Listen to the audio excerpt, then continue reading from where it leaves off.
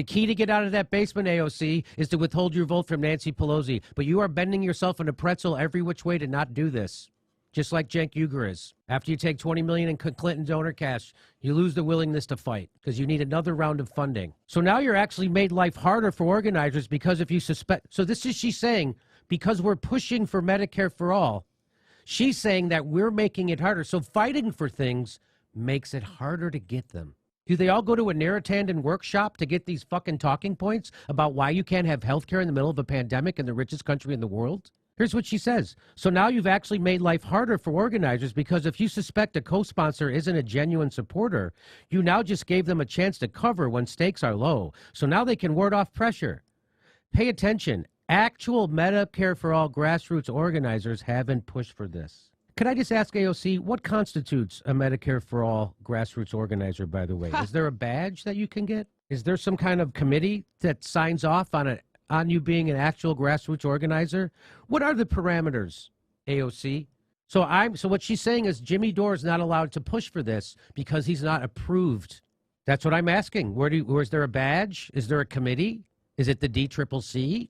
Is it Nancy Pelosi? Who decides if I'm a good enough grassroots organizer so that I can petition my government for something? I thought anybody could do that. I'm not a grassroots organizer. What do you call this campaign? I'm not allowed to advocate for Medicare for all. AOC is telling me I'm not allowed to advocate for Medicare for all. There's only certain approved people who are. I'm going to tell you why I'm allowed to advocate for Medicare for all. Because I got sick a few years ago. And I got sick in a way that was hard to diagnose. They didn't know what it was. And they would say, hey, it's this. And they'd give me a treatment. And six weeks would go by and I'd get sicker. And then 6 more weeks would go, they'd go, oh, it's this. And then they'd give me a treatment and I'd get sicker.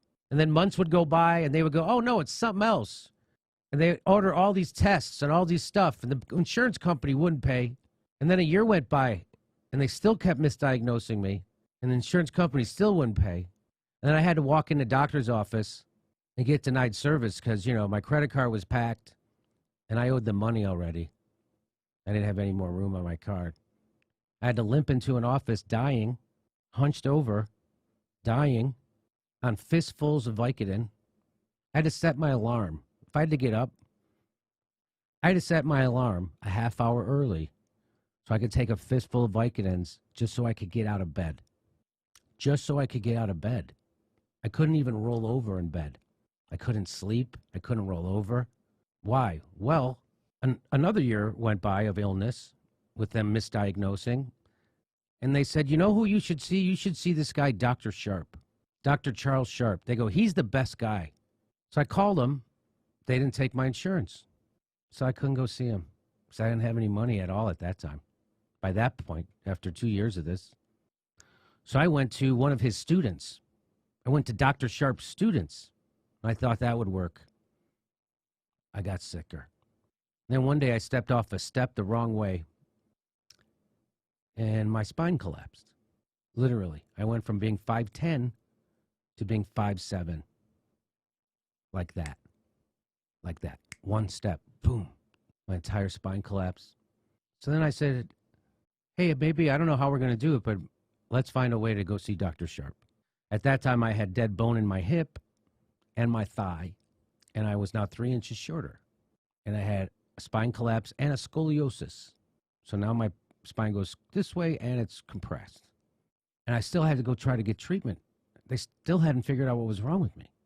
And I was bankrupt. We didn't have any more money. So we had to take out loans, take out second mortgages, drained all our savings, credit cards, the whole deal.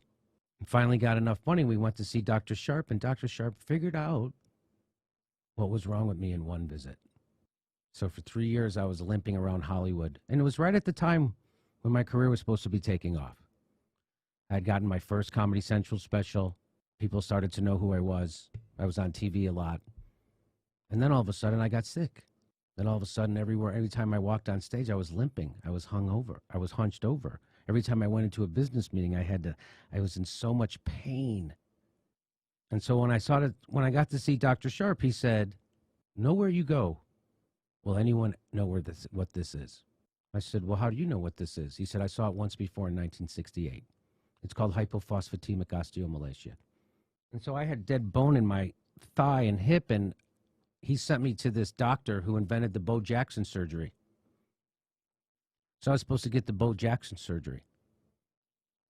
They're going to take, I'll never forget, I walked into the guy's office, just like Dr. Sharp said. I walk in to his office. He's sitting at his desk in his office, and he's reading my chart before I even meet him. And he has an accent, and he doesn't even look up. I walk in, and I said hello, and he goes, "What? I've only seen this in books." And I said, "Yeah, I know.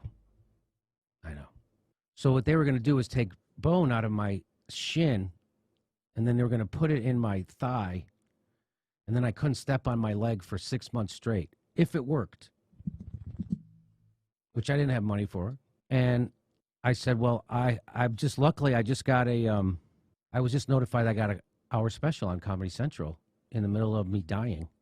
And I said, so the only reason I haven't killed myself already is because I have to do this Comedy Central special. And then when I do it, I'll kill myself. But I have to do this hour special.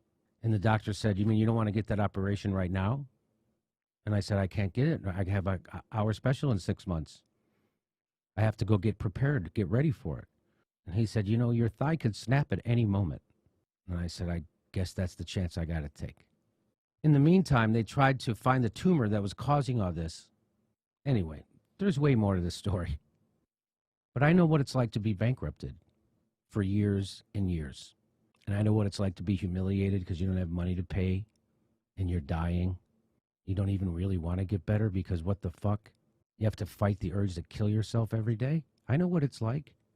So if I could just respectfully request the AOC if she would grant me the privilege of being able to advocate for Medicare for all as a citizen. I mean, I know I'm not an approved grassroots organizer, but I am an American citizen who went bankrupt because of medical bills. In that same time, I had about, 24 root canals. Had to get them redone. Guess who has to pay for that? That comes right out of your pocket. Nope, no dental insurance pays for that. I had about 24 root canals. Not exaggerating. And it's connected to the illness. And it's connected. Of course, it's all connected. I had to get them redone. I had to go to an endodontist. Well, who comes up with that? That's $2,400. That's $3,200 a pop.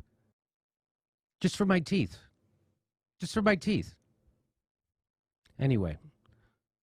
So I hope I don't know if Alexandria Ocasio-Cortez has ever been in that kind of a situation where she's ill, if she's ever had a huge illness and if she's ever went bankrupt from it, if she's ever had to go to doctor's offices for 3-4 years straight trying to get better while she's broke. I don't know if she has that experience, but if she did, I would let her be the one to advocate for it. I would request the same courtesy. So now there's certain people are able to redress the government, that they have certain special privileges than other Americans. This is garbage. This is a healthy, young, rich person who's running on celebrity and now trying to find a way not to do what she said she was going to do, which is fight for you for Medicare for all. She's finding a million different ways to do it. So I hope that would be okay with the AOC if I advocated for Medicare for all. Is that okay?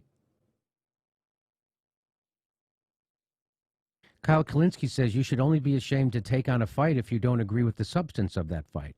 Everybody on the left agrees Medicare for all is necessary. Stop rationalizing the status quo and waiting for a better season, which 100% will not come. If you don't force a Medicare for all vote now, when are you going to?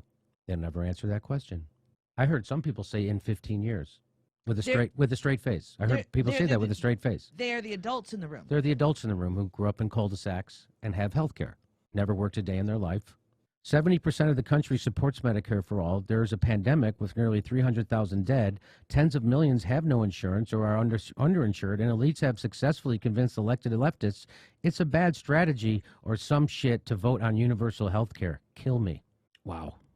Kyle Kalinske is doing more to forward this hashtag force the vote than anybody. Him and Crystal Ball are being amazing. Amazing. I mean, there's lots of people helping, but here's another one. Brianna Joy Gray's helping. Yes. Me, an intellectual observing organic movement energy. No. Don't you know that's not how movements are done? So she's responding to AOC saying that I'm not an approved grassroots organizer. And she's responding saying, No, no, no. Don't you know that's not how movements are done? There's a different way.